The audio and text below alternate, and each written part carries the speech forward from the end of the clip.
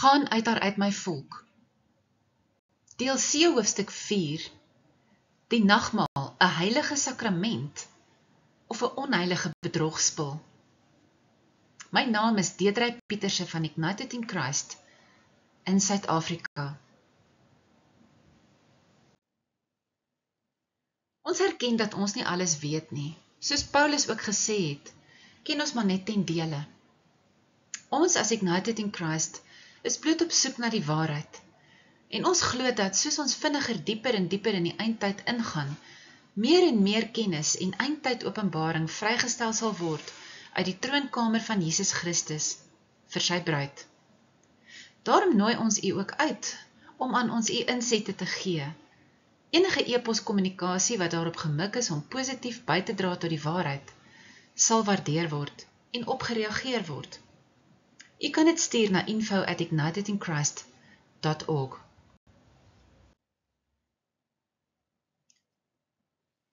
Baie mense sê, ja, maar Jesus het dan self die nagmaal ingestel op die vooraand van sy verraad en arrestasie.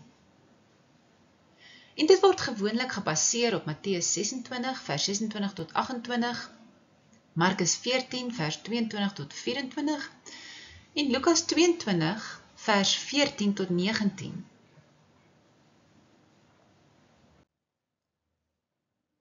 Ons het in deel A geleer dat om 'n sakrament te wees, die seremonie of ritueel beveel moes gewees het deur die heer van die kultus self.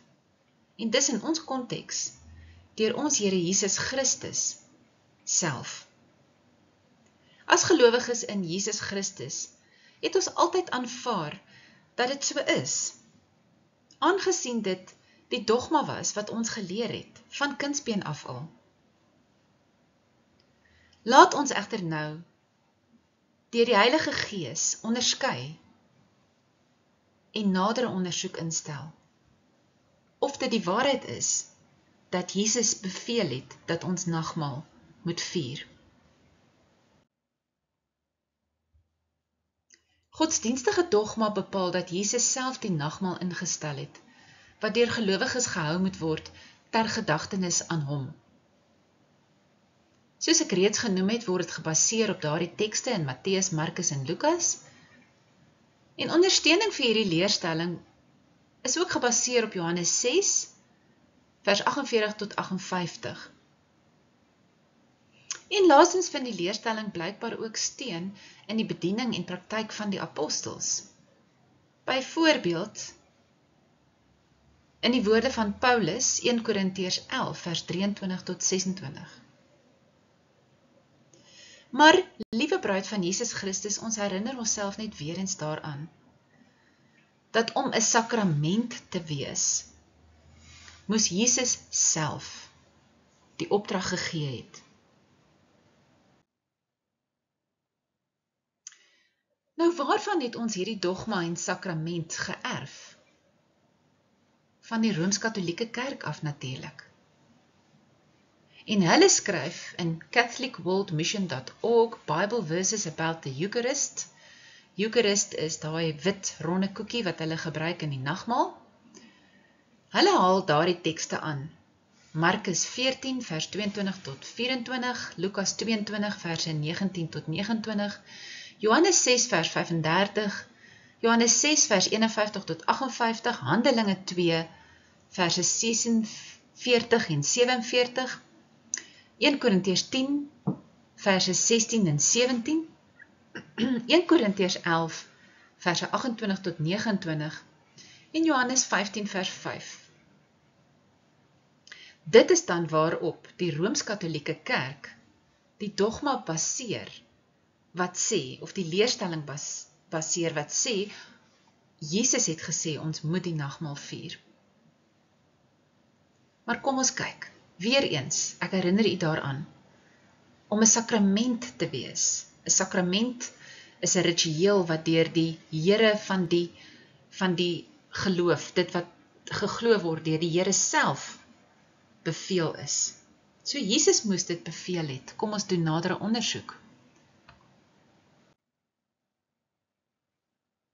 geloof, dit wat geglo word deur die Here self, beveel is. So Jesus moes dit beveel het. Kom ons doen nadere ondersoek. Nou, kyk 'n bietjie wat publiseer die Rooms-Katolieke Kerk dan ook op hulle webblad catholicworldmission.org in dieselfde konteks as waar hulle die Bible Verses About the Eucharist gepubliseer het. Hulle haal Lukas 22 vers 19 en 20 aan en hulle publiseer die skildery van Leonardo da Vinci daar, wat die laaste avondmaal uitbeeld. Nou ons nooi u om fyn te kyk na daai skildery, want ons gaan weer terugkom na hom toe. En onthou, ons is besig om te ondersoek, is die nagmaal 'n heilige sakrament van Jesus Christus self deur hom ingestel, of is dit 'n onheilige bedrogspil? En in hierdie skildery sal u baie belangrike aanduidings vind alreeds.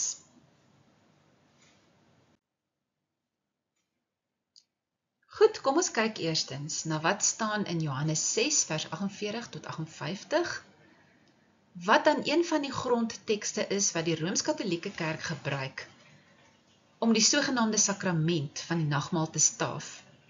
En ek nooi u nou uit, bruid van Jesus Christus, om met onderskeiding te lees. In gedagte te hou, dat die ware woord is nie 'n boek nie, of 'n geskrif nie. Die woord is Jesus Christus, sy Heilige Gees.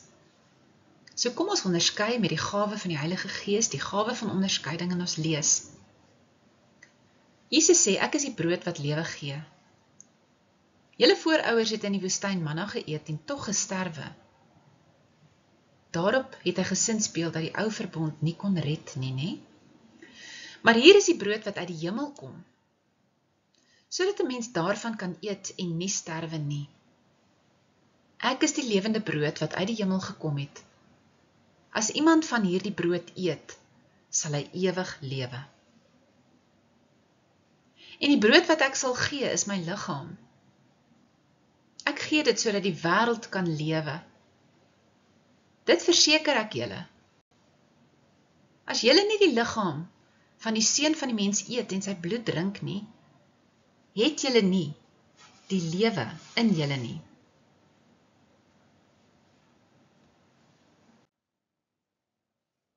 Wie my liggaam eet en my bloed drink, sê Jesus, het die ewige lewe. En ek sal hom op die laaste dag uit die dood laat opstaan. My liggaam is die ware voedsel en my bloed is die ware drank. Wie my liggaam eet en my bloed drink, bly in my en ek in hom. Soos die lewende Vader my gestuur het en ek deur hom lewe, so sal hy wat my eet ook deur my lewe. Hierdie brood wat uit die hemel gekom het, is nie soos die manna wat julle voorvaders geëet het nie. Hulle het dit geëet en tog gesterwe. Wie hierdie brood eet, sal ewig lewe.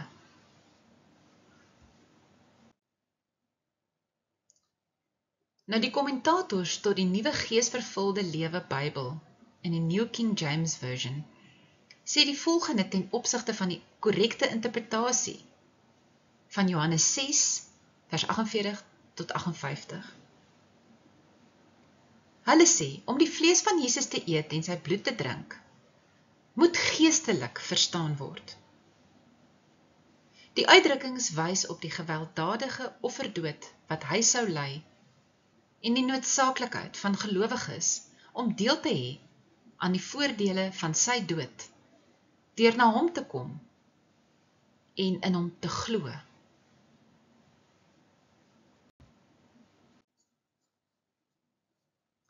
En Jesus self bevestig hierdie interpretasie, waar hy 'n bietjie later sê, wanneer die mense dan nou aanstoot neem deur die sogenaamde hardheid van die lering, met verwysing na die eet van sy vlees en die drink van sy bloed, hulle het dit natuurlik letterlik verstaan, terwyl Jesus bedoel het dat dit geestelik verstaan moet word. Kom ons kyk wat sê Jesus self. Hy sê, dit is die gees wat iemand lewend maak. Met ander woorde nie spys en drank wat jy eet en drink nie. Die mens self kan dit nie doen nie, nie deur enige werke of rituele, of enigiets wat jy doen nie. Wat ek vir julle gesê het, kom van die Gees en die Gees gee lewe. Maar daar is party van julle wat nie in my glo nie. So Jesus sê, julle verstaan nie wat ek vir julle sê nie, want julle glo nie in my nie. Julle glo nie eers dat ek die Seun van God is nie.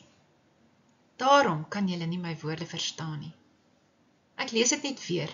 Jesus sê, dit is die Gees wat iemand lewend maak. Die mens self kan dit nie doen nie. Wat ek vir julle gesê het, kom van die Gees af en die Gees gee lewe. Maar daar is party van julle wat my nie glo nie en wat nie in my glo nie. Daarom, bruid van Jesus Christus, kan ons regtens tot die gevolgtrekking kom dat Johannes 6 is nie gesag daarvoor, soos die Rooms-Katolieke Kerk beweer, dat Jesus beveel het dat nagmaal gevier moet word nie.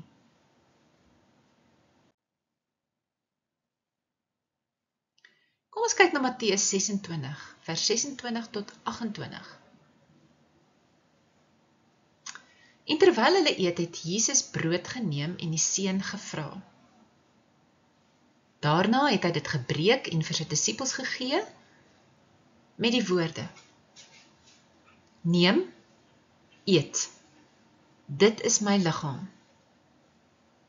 Toe neem hy 'n beker en nadat hy die dankgebed uitgespreek het, gee hy dit vir hulle en sê: Drink almal daaruit, want dit is my bloed, die bloed waardeur die verbond beseël word en wat vir baie vergiet word tot vergewing van sondes.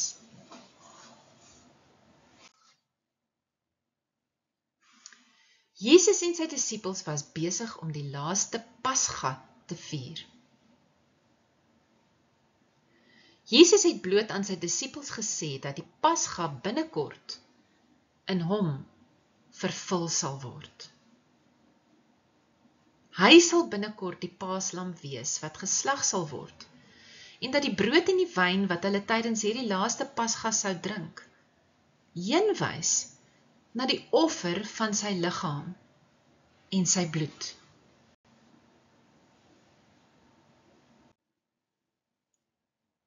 Die laaste avondmaal van Jesus met sy disippels was dus steeds 'n ou verbond. Die laaste avondmaal is Pasga. En dit was 'n voorafskaduwee van die offer wat gemaak sou word wanneer die Lam van God, Jesus Christus, gekruisig sou word vir die sondes van die wêreld.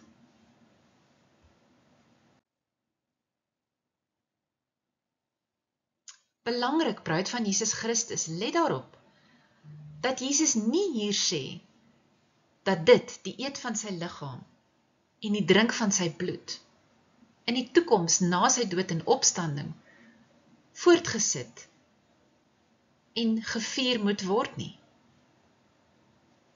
Hy sê bloot dat die elemente van die wyn en die brood heenwys na sy dood en dat hy die paaslam is wat binnekort geslag gaan word. Hier kan ons duidelik sien hoe die vyand, die waarheid, net 'n paar grade tweak of verander. Hy weet hy kan nie na ons toe kom met 'n uit en uit leuen wat duidelik 'n leuen is nie. Nee, hy vat die waarheid. Dit is soos ons in 'n vorige video gesê het, die lemoensap, wat die suiwer waarheid van Jesus Christus is, of sy woorde. En dan verander hy dit net 'n bietjie, hy gooi net so 'n paar druppeltjies arseen in. Met die gevolg dat dit dodelik word en dat dit dan nie meer waarheid is nie. Maar mens moet fyn lees en onderskei.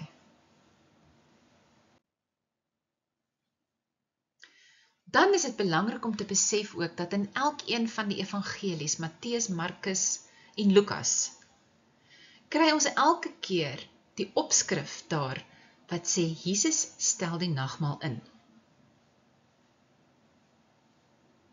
Nou hierdie opskrif van Jesus stel die nagmaal in, moes 'n latere invoeging gewees het deur die Bybelskrywers en vertalers, aangesien Jesus nooit hierdie woorde gebruik het nie.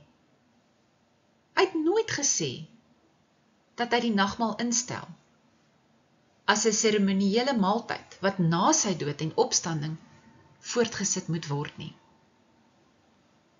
Dis ook baie eienaardig dat dieselfde opskrifie in elkeen van die evangelies ingesit is, wat wys dat iemand, nadat die evangelies reeds geskryf is, moes gevroetel het met die bewoording, met die opskrifte en met die organisering van die skrif.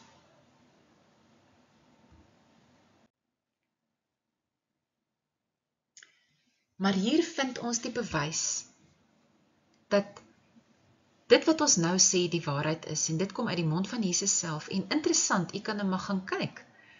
Die Rooms-Katolieke Kerk in hulle bewering dat die nagmaal van Jesus afkom en waar hulle hierdie tekste aanhaal, hulle laat net so gerieflikerwys hierdie deeltjie uit. En dit is Matteus 26 vers 29, as ons net een vers langer lees, net aanhou lees vir nog een versie, dan sê Jesus daar, ek sê vir julle, van nou af, sal ek nie weer van hierdie wyn drink nie, tot op die dag wanneer ek saam met julle die nuwe wyn in die koninkryk van my Vader sal drink. Heilige Gees, wat sê u hier? Wat sê Jesus hier? Kom ons onderskei. Jesus sê hier, die Pasga was die ou wyn. Daar wat Jesus ook sê, die ou wyn wat in ou wynsakke gegooi word, en dan kry jy die nuwe wyn, maar jy kan nie die nuwe wyn steeds in die ou wynsakke gooi nie. So die Pasga was die ou wyn. En dit was 'n bloot fisiese heenwysing na die bloed van die lam.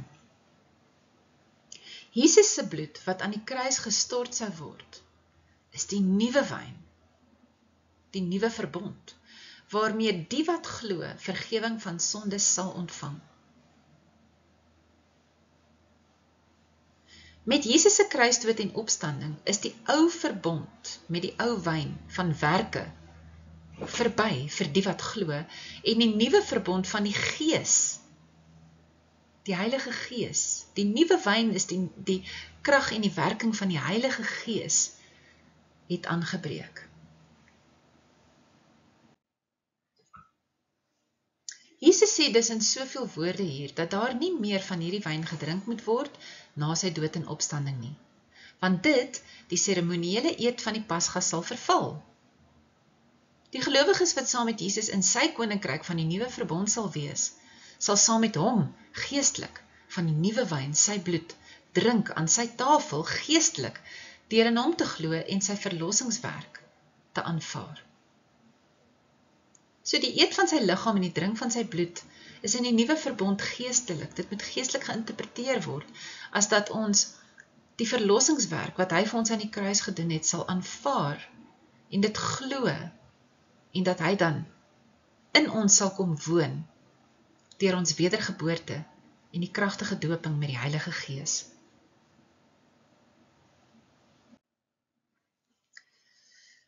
Aangesien hierdie deel in Markus amper presies dieselfde lees as die van Matteus, is wat gesê is met betrekking tot Matteus ook hier geldig. Weereens, ons vind geen opdrag van Jesus dat die nagmaal selfs na sy dood en opstanding seremonieel gevier moet word nie. Belangrik tot die teendeel sê Jesus dat die ou wyn nie weer gedrink sal word nie, maar wel die nuwe wyn van sy koninkryk, van die nuwe verbond. Die voorafskaduwee van die Pasga sal in vervulling gaan met sy dood en opstanding. In Lukas 22 vers 14 tot 20, Lukas 22 vers 16, Jesus sê dat in hom die Pasga vervul sal word. Weereens vind ons geen verwysing deur Jesus na herhaalde seremoniële viering van die Pasga of dan nou die nagmaal, selfs na Jesus se dood en opstanding nie. Hy sê in Lukas 22 vers 19, dit is my liggaam wat vir julle gegee word, gebruik dit tot my gedagtenis. Hier sê Jesus bloot, dat in hulle laaste viering van die Pasga saam, moet hulle die brood eet en dink daaraan, besef, dat dit heenwys na sy liggaam, wat binnekort geoffer gaan word, en dat hulle die wyn moet drink en dink daaraan, besef, dat dit heenwys na sy bloed wat gestort gaan word. Kan u weer eens sien hoe die vyand net die waarheid 'n paar grade verander, net 'n klein bietjie verander, deur woordspeling en deur 'n interpretasie, om dit te laat inpas by die interpretasie wat die vyand wil hê dit moet hê.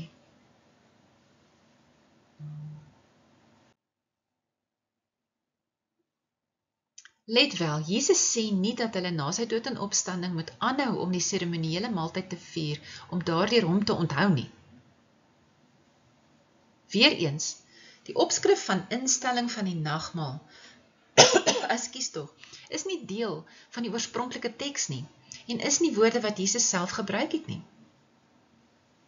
Dit moes dus ingevoeg gewees het deur diegene wat vir meer as 1000 jaar gedurende die donker middeleeue alleen die Bybel in Latyn tot hul beskikking gehad het. Kom ons kyk na die boek van Johannes. Johannes 13. Hierso swyg Johannes oor die nagmaal. Hy sê niks daaroor nie. En tog weet ons dat Johannes 'n baie spesiale verhouding met Jesus gehad het. Hy was baie naby aan Jesus en Jesus aan hom. En hy sê dan ook dat hy die disipel was vir wie Jesus lief gehad het. En ons weet dat Johannes 'n besondere plek gehad het as 'n disipel van Jesus, want Jesus het hom vertrou met die visioen wat hy vir hom gegee het, wat ons in Openbaring lees, op die eiland Patmos. So ons moet vra, hoekom Johannes dan sou swyg oor so 'n belangrike beweerde opdrag van Jesus? Kan dit moontlik wees dat Johannes reg verstaan het wat Jesus bedoel het, toe hy vir hulle die brood gegee het om te eet en die wyn om te drink, in die lig van sy weergawe van Jesus se woorde, dit is Johannes se weergawe, van Jesus se woorde in Johannes 6.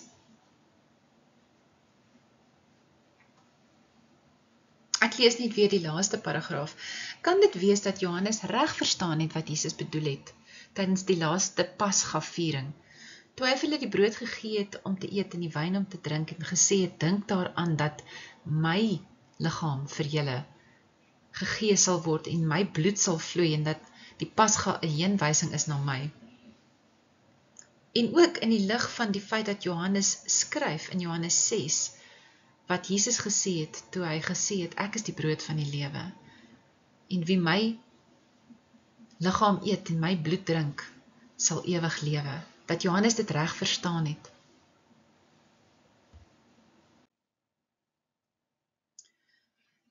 Kom ons kyk na 1 Korintiërs 11 vers 23 tot 26, want die Rooms-Katolieke Kerk gebruik ook hierdie vers om te staaf dat die nagmaal deur Jesus ingestel is. Kom ons kyk na vers 26. En hierdie word natuurlik ook in die nagmaalformuliere van die verskillende kerke aangehaal. Vers 26. Want so dikwels as julle hierdie brood eet, sê Paulus, en hierdie beker drink, verkondig julle die dood van die Here totdat hy kom. Dit staan ook net so in die meeste van die nagmaalformuliere van die onderskeie kerke. Nou, ek waag dit om te sê, dit kon nooit die woorde van Paulus gewees het nie. Daarvoor het Paulus heeltemal te veel insig in die evangelie van Jesus Christus gehad. Waarom moet ons sy dood verkondig? As hy dan opgestaan het, en jammer, daai prentjie is bietjie oor die woord opgestaan het, en dat hy lewe, en dat hy juist die dood oorwin het. Lees mooi wat staan daar, Want so dikwels as julle hierdie brood eet en hierdie beker drink, verkondig julle Jesus se dood. Nee man, dis 'n leuen. Jesus lewe, hy het opgestaan. Hy het die dood oorwin. Moet ons nie eerder verkondig dat hy uit die dood opgestaan het en dat hy die dood oorwin het en lewe nie?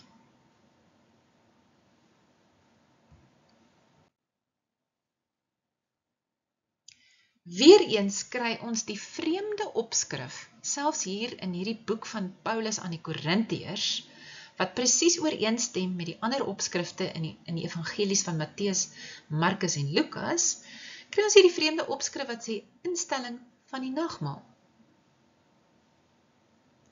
Wat toevallig identies is, en hulle sê mos daar is niks toevallig nie, né? Toevallig identies is aan die in Matteus, Markus en Lukas. En wat nooit die woorde was wat Jesus gebruik het nie.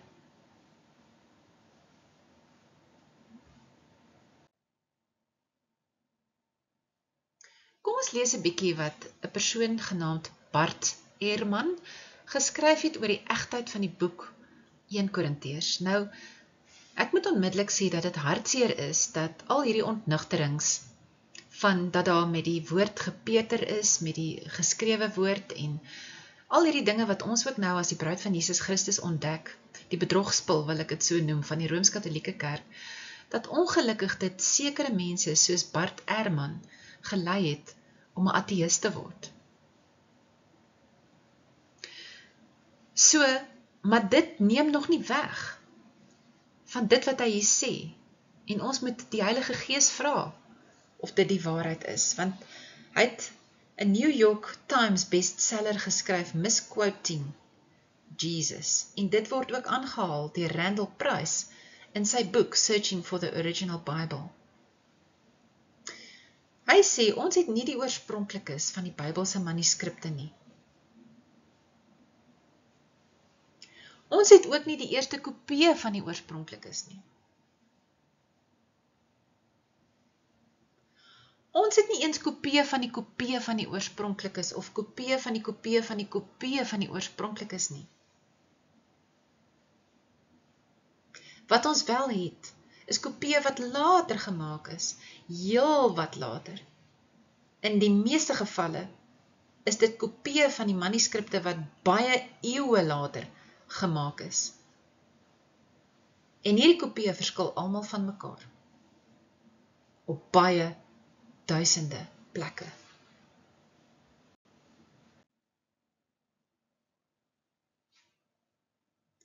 Ek haal steeds aan uit Randall Price se boek. In die ontkenning van die moontlikheid om die oorspronklike teks te herwin, want hy sê basies as jy vir die oorspronklike manuskripte gaan soek, gaan jy dit nooit kry nie, want dit bestaan nie meer nie. Voer Bart Ehrman en ander geleerdes soos Harvard professor Helmut Koester en professor William L. Peterson aan, dat die Nuwe Testament nie eens die oorspronklike teks verteenwoordig nie. Dit, beweer hulle, is omdat gedurende die eerste en vroeë 2de eeu na Christus, toe die oorspronklike gekopieer is, die teks nie vasgestel is nie, maar in 'n vloeiende toestand was. Met ander woorde, hulle glo dat die skrifgeleerdes wat die teks oorgeskryf het, die Rooms-Katolieke priesters en biskoppe wat daarmee besig was, dat hulle die oorspronklike woorde van Jesus en die apostels verander het.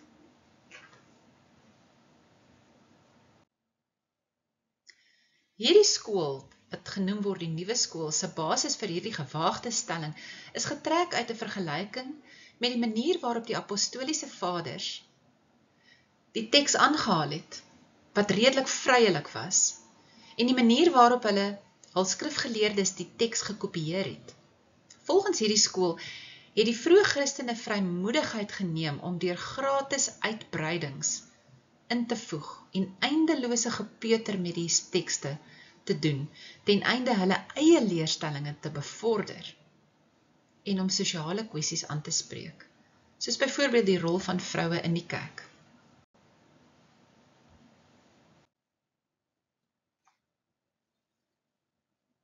Ehrman sê in sy boek The Orthodox Corruption of Scripture, Daar maak hy die punt dat die oorspronklike teks doelbewus deur die ortodokse Christendomme verander is en eers daarna versprei is.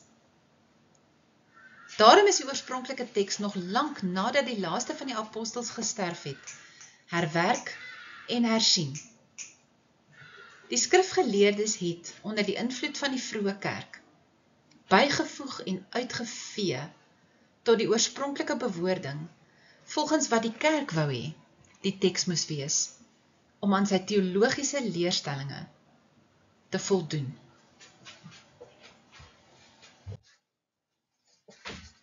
Kom ons gebruik nou ons eie onderskeidingsvermoë deur die krag van die Heilige Gees.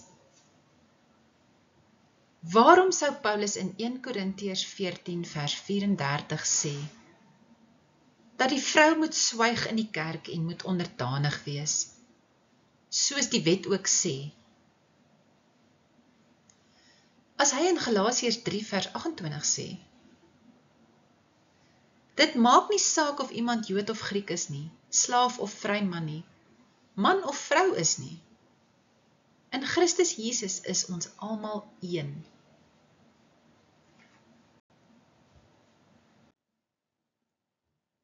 Waarom sou Paulus in 1 Korintiërs 14 vers 34 sê, dat die wet sê dat die vrou moet swyg en onderdanig wees, met die klem op die wet sê, met ander woorde hy onderwerp hom weer aan die wet. Indien hy in Romeine 7 vers 1 tot 6 breedvoerig sê dat ons bevry is van die wet, en nou dien in 'n nuwe bedeling, die bedeling van die Gees, en nie meer staan onder wetsvoorskrifte nie. Sou Paulus werklik in 1 Korintiërs 11 homself so weerspreek het?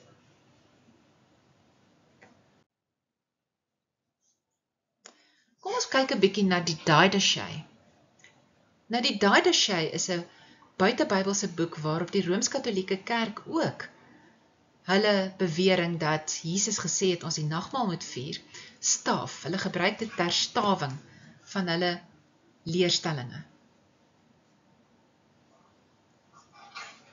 In die artikel deur L. Wayne, Does the Didache teach the Eucharist as a propitiatory sacrifice, staan die volgende. En ek haal aan. Rooms-Katolieke beweer egter dat hulle lering oor die nagmaal gebaseer is op 'n onfeilbare apostoliese tradisie wat teruggaan tot die heel begin van die kerk. Om hierdie bewering te staaf, beroep hulle op vroeë Christelike dokumente en probeer om daarin een of ander bewys te vind dat die nagmaal inderdaad 'n versoeningsoffer vir sondes daarstel. By verre die vroegste bron waarop hulle beroep, is die Didache, 'n dokument na bewering uit die vroeë 2de eeu, of dalk selfs die laat 1ste eeu. Didache is 'n Griekse woord wat onderrig beteken. En ek haal nou aan uit franknelte.net, an evaluation of the Didache. Die titel Didache word gegee aan 'n kort sogenaamde Christelike verhandeling, wat in 1873 ontdek is deur die Grieks-ortodokse metropolitaan, dit wil sê aartsbiskop Philotheos Bryennios, in die biblioteek van die Griekse klooster van die Heilige Graf in Konstantinopel, dit wil sê van Istanbul vandag. Die manuskrip wat Bryennios gevind het, bevat die datum van die jaar 1056 jaar na Christus, 'n datum wat verskaf is deur die skryba wat hierdie manuskrip vervaardig het. Hierdie datum is nie in dispuut nie, en die fisiese manuskrip wat Bryennios gevind het, gaan beslis nie terug na vroeër as die 11de eeu nie. Baie van die bestaande Nuwe Testamentiese manuskripte gaan ook slegs terug na die 11de eeu na Christus.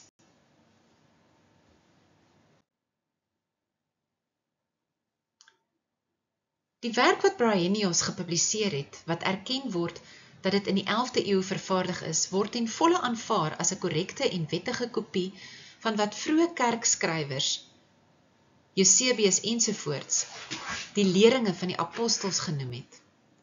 Nie omdat dit verifieerbare stellings bevat wat deur een of ander kerkvader aangehaal is nie, maar omdat dit die openingsverklaring bevat.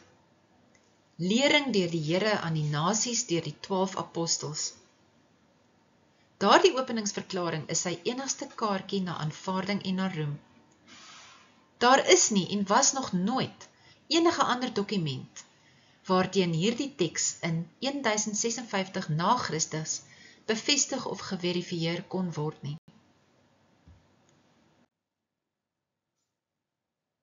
Dan sê Frank Nelte, in hierdie huidige artikel sal ek bewys dat die aanspraak van die Didache om leringe van die oorspronklike apostels voor te stel duidelik vals is. Ek sal bo enige skadu van twyfel bewys dat die Didache niks te doen gehad het met enige van die apostels of met enige ander leiers in God se kerk gedurende die eerste 2 eeue na Christus of gedurende enige tyd daarna nie. God is nooit die outeur van vleeslike opdragte nie. Jy moet in staat wees om te onderskei tussen 'n opregte opdrag van 'n ware dienaar van God, in hierdie geval die apostels, en 'n vervalste opdrag van Jezebel wat probeer om God se mense te leer. In hakkies sien Openbaring 2 vers 20. Dit behoort ook baie duidelik te word dat die werklike skrywer van die Didache 'n monnik in die 11de eeu was, of 'n katholieke monnik of anders 'n oosterse ortodokse monnik, want die denke wat in die Didache aangebied word, verraai duidelik die verstand van 'n monnik.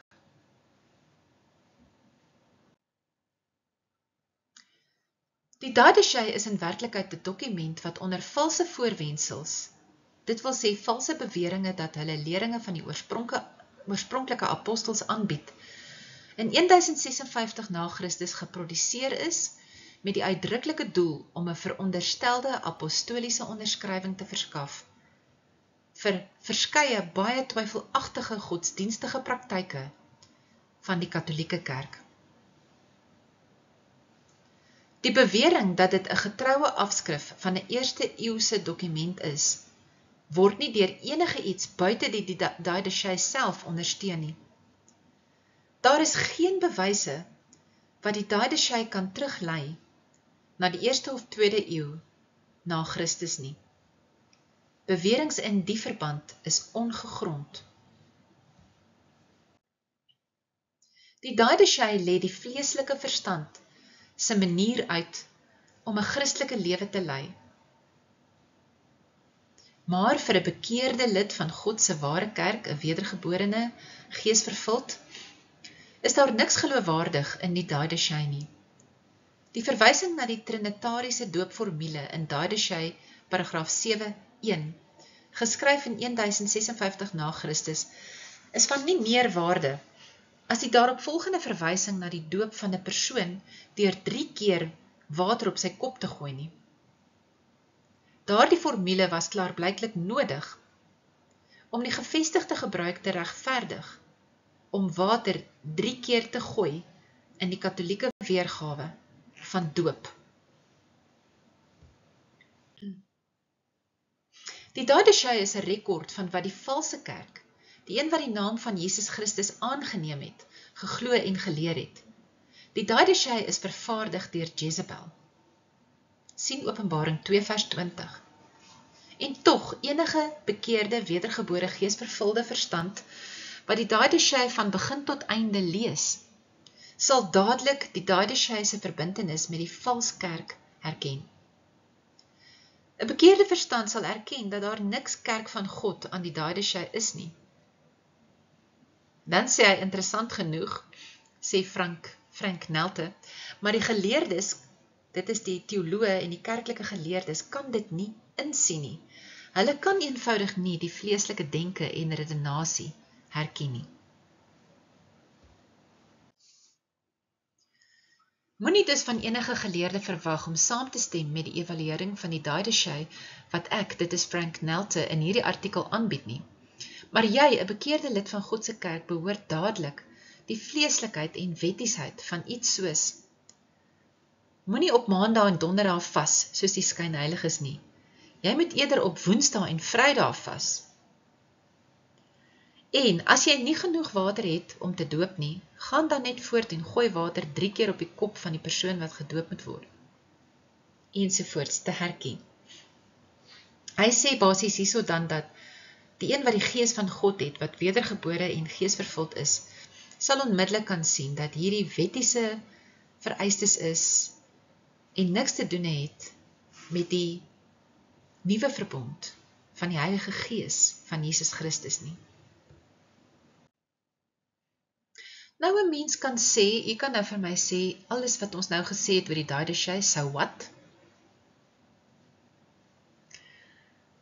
Volgens my, Deidre Pieterse, bewys hierdie duidelik, dat die Rooms-Katolieke Kerk doelbewus probeer het, opsetlik bedrog gepleeg het, om die liggaam van Jesus Christus te bedrieg, deur valse teologiese bewyse te probeer skep, om ondersteuning te probeer kry vir hulle valse leerstellings, veral oor die 2 sakramente van die doop en die nagmaal.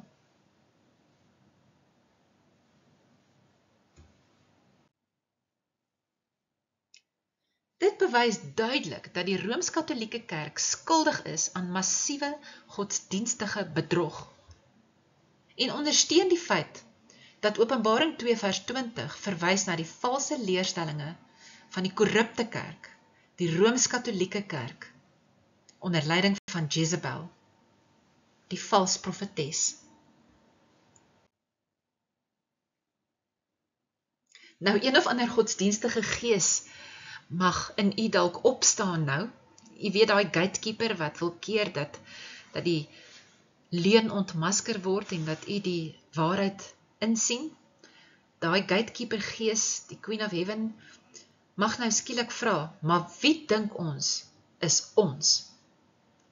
Om die Bybel so krities te evalueer. En my antwoord tot dit sal eenvoudig wees.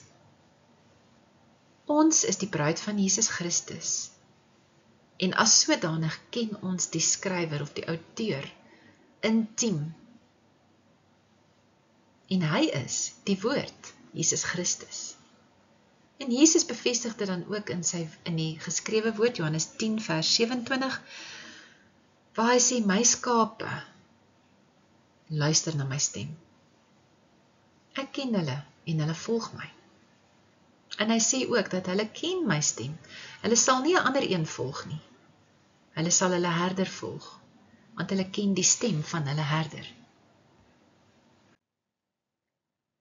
Nou, kom ons kyk weer 'n bietjie na hierdie skildery, wat deur die Rooms-Katolieke Kerk op hulle webblaaie gebruik word, as 'n uitbeelding van die laaste avondmaal, en dan sogenaamd die nagmaal wat ons steeds moet vier. Hierdie skilderye is The Last Supper deur Leonardo da Vinci, 'n vrymesselaar, en dit hang in die Santa Maria della Grazia klooster in Milaan, wat 'n wêrelderfenisgebied is van UNESCO. Kom ons kyk 'n bietjie mooi. Kyk mooi wat word uitgebeeld. Daar is baie meer wat gesê kan word oor hierdie skildery as wat ek nou gaan sê. 'n Mens kan eintlik 'n hele lering daaroor uitwerk, al die coded language in hierdie skildery, want die vrymesselaars werk met coded language wat net hulle, die geïnisieerdes, kan verstaan, die diepere betekenisse. Maar ek wil net vir u vra, kyk mooi. Kyk mooi. Want dit is veronderstel om uit te beeld Jesus en sy 12 disippels.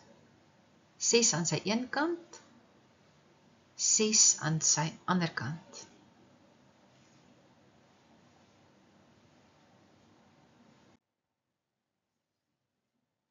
Lyk dit vir u soos een van die disippels wat daar langs Jesus sit? Nee. Kyk hoe kyk die disippels ook na die vrou wat daar sit. Met ander woorde, hierdie is leuns, dis 'n bedrogspel. Hierdie vrou is waarskynlik 'n uitbeelding van Maria Magdalena, wat die vyand beweer Jesus 'n buiteegtelike verhouding mee gehad het, of dan 'n verhouding mee gehad het. En Jesus sit daar asof hy nou net vir hulle iets, en dit is nie Jesus daar nie, maar ek sê volgens wat hulle wil uitbeeld, sit Jesus daar, en hy lyk asof hy nou net vir hulle iets gesê het wat hulle geweldig geskok het, en dan kyk almal met groot skok na die vrou. As ons na die vorige een kon teruggaan, wat ek ongelukkig nie kon doen nie, waar jy die hele skildery sien, dan sien jy hoe lyk almal geskok, asof hulle verontwaardig is. En wat die Heilige Gees hier vir my bloot gewys het, is dat Maria Magdalena hier aan hulle meegedeel het, of Jesus het meegedeel, dat sy swanger is met sy kind. En hulle is almal verontwaardig. Kyk hoe kyk hulle. Daar sit Judas ook met die geldsak, en hy kyk geskok na die vrou. Met ander woorde, wat gee hierdie skildery weg? Dit gee weg dat hierdie laaste avondmaal waarop die nagmaal geskoei word deur die Rooms-Katolieke Kerk is een groot bedrogspel. Daai sogenaamde Jesus wat daar sit is niemand anders as die Songod wat dan gemeenskap gehad het met die Hemelkoningin, wat geboorte gee aan die vals Jesus wat in haar baarmoeder is, die vals Jesus. En deur die viering van die nagmaal, dit is wat die geïnisieerdes weet in die vrymeselarij, die diepere, die kabbaliste, die wat die diepere kennis ken, deur deel te neem aan hierdie basies die pasga, die eet van die brood en die drink van die wyn, word hierdie vals drie-eenheid se krag as die boom van kennis van goed en kwaad in die mens word versterk, en die gees van die antichrist, die vals Jesus, word daardeur versterk. Kom ons kyk weer wat sê hulle, catholicworldmission.org, Bible verses about the Eucharist. Daar verdedig hulle die nagmaal, hoekom ons die nagmaal moet vier. Hulle haal Lukas 22 vers 19 tot 20 aan. En op grond van wat u nou reeds weet, vra ek weer, die nagmaal 'n heilige sakrament of 'n onheilige bedrogspil?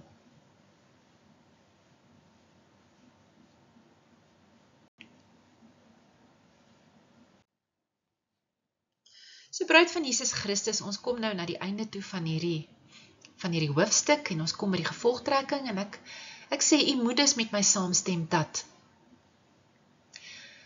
daar geen definitiewe en onbetwiste opdrag van Jesus Christus self is, dat gelowiges in hom, selfs na sy opstanding en hemelvaart, nagmaal moet aanhou vier nie. Inteendeel, daar is baie aanduidings van godsdienstige bedrog deur die korrupte kerk, die Rooms-Katolieke Kerk, wat vir meer as 1000 jaar alleen in besit was van alle manuskripte tot die Bybel, let wel nie noodwendig die oorspronklike manuskripte nie, maar die oorgeskrywe, gekopieerde kopieë van die kopieë van die kopieë van die kopieë, en wat uiteindelik ook die Bybel saamgestel het, en daarna steeds tot nou toe in beheer was van al die vertalings. U moet saamstem dat daar geen absolute bewys uit die skrif is, dat Jesus gesê het, ons moet sy dood gedurig herdenk, totdat hy kom nie. Nagmaal is daarom nie 'n sakrament wat deur Jesus Christus ingestel is nie. Die Rooms-Katolieke mis, het ons reeds gesien, is heidens, en het saam met die heidene reeds vanaf die tyd van Constantijn in die Rooms-Katolieke Kerk ingekom, en het sy wortels in die aanbidding van Mithras en Dionysius en die heidense gode. Die nagmaal het soos die baba doop die protestantse hervorming oorleef, hoewel hulle baie ongemaklik reeds toe al daarmee gevoel het, en alhoewel dit miskien ernstig afgewater is deur die protestante, sodat dit nou moontlik mag lyk na verskillend van die Rooms-Katolieke mis, het dit steeds dieselfde okkultiese betekenis en effek as die Rooms-Katolieke mis. U moet met my saamstem dat die opgestane Jesus Christus in ons word tydens die nagmaal oor en oor weer gekruisig, En daardeur word aan die vyand, dit is Kundalini, die gees van die antichrist in ons, meer en meer krag verleen. Anders gestel, die boom van die lewe, Jesus Christus in ons, word alle meer vergruis en geoffer en gekruisig, sodat die counterfeit, die vervalsing, die boom van kennis van goed en kwaad, Satan in ons, al hoe meer deur die gees van die antichrist Kundalini kan opstaan en krag kry in ons. Die Rooms-Katholieke mis en die Eucharist is 'n hoogs okkultiese ritueel van heidens Babyloniese oorsprong, wat gelaai is met sterk heksery, waardeur ons Here Jesus Christus herhaaldelik weer en weer en weer aan die vyand geoffer word. En die gevolgtrekking.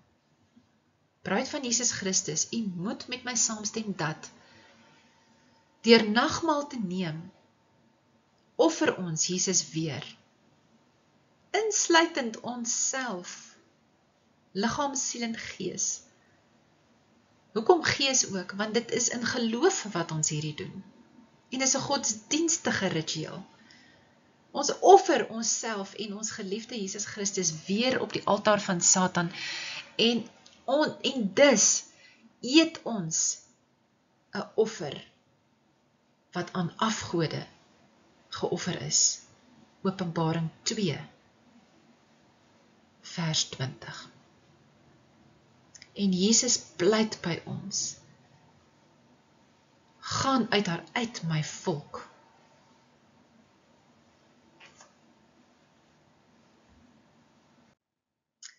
Nou het ons gekom bruid van Jesus Christus by die einde van deel C, hoofstuk 4, van die reeks gaan uit haar uit my volk in 19 dele, en u kan nou voortgaan na deel D, wat gaan oor die nuwe verbond, gekoop deur die bloed van Jesus Christus. En hoofstuk 1 sal gaan oor die volheid van wat Jesus vir ons gedoen het aan die kruis. Alle eer en heerlikheid gee ons aan Jesus Christus, ons opgestaande koning en bruidegom, aan die kosbare Heilige Gees.